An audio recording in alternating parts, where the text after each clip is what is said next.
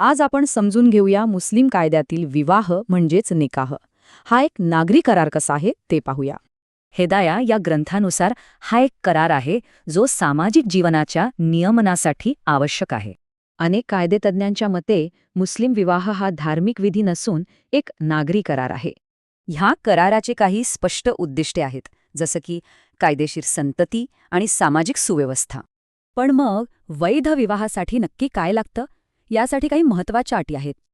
सगळ्यात आधी लागतो इजाब म्हणजे प्रस्ताव आणि कबूल म्हणजे स्वीकृती, शक्यतो एकाच वेळी. आणि हो, संमती अगदी मोकळी हवी. कोणताही दबाव किंवा फसवणूक असेल तर विवाह वैध ठरत नाही. पण समजा हे नियम नाही पाळले गेले तर इथेच विवाहाचे वेगवेगळे प्रकार समोर येतात. बघा, सुन्नी कायद्यात 3 प्रकार आहेत, तर शिया कायद्यात फक्त 2, वैध आणि शून्य. शून्य किंवा बातील विवाह म्हणजे जो मुळातच काही कायमच्या प्रतिबंधांमुळे बेकायदेशीर आहे.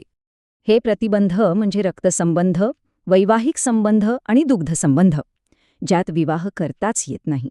कायदेशीररित्या असा विवाह कधी झालाच नव्हता असं मानलं जातं आणि त्यातून झालेली मुलं अवैध ठरतात. आता येतो अनियमित किंवा फासिद विवाह. हा प्रकार फक्त सुन्नी कायद्यात आढळतो. फरक सोपा आहे. शून्य विवाह कधीच वैध होऊ शकत नाही, पण अनियमित विवाहातील चूक सुधारता येते. जसं की साक्षीदारांशिवाय केलेला विवाह. नंतर साक्षीदार आले की तो वैध होऊ शकतो. आता बोलूया वैध म्हणजेच सही विवाहाबद्दल. ह्यात कोणते हक्क आणि कर्तव्ये येतात? पत्नीची काही मुख्य कर्तव्ये आहेत, जसं की वैवाहिक निष्ठा आणि पतीच्या घरात राहणं. तर पतीचं कर्तव्य आहे पत्नीला मेहेर आणि उदरनिर्वाहासाठी पोटगी देणं. विवाह संपल्यावर इद्दत पाळणं बंधनकारक असतं. हा एक प्रकारचा प्रतीक्षा कालावधी आहे. याचा कालावधी घटस्फोट आणि मृत्यूसाठी वेगळा असतो. मुख्य उद्देश पितृत्व निश्चित करणं हा आहे.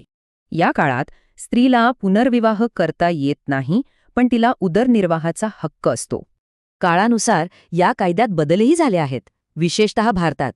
2019 मध्ये आलेल्या कायद्याने तिहेरी तलाकची प्रथा पूर्णपणे बेकायदेशीर ठरवली आहे. इतकंच नाही तर असं करणाऱ्या पतीला 3 वर्षांपर्यंत तुरुंगवास होऊ शकतो. तर प्रश्न हा उरतो की शतकांची परंपरा आणि आजचे कायदे यांचा मेळ कसा साधला जातो.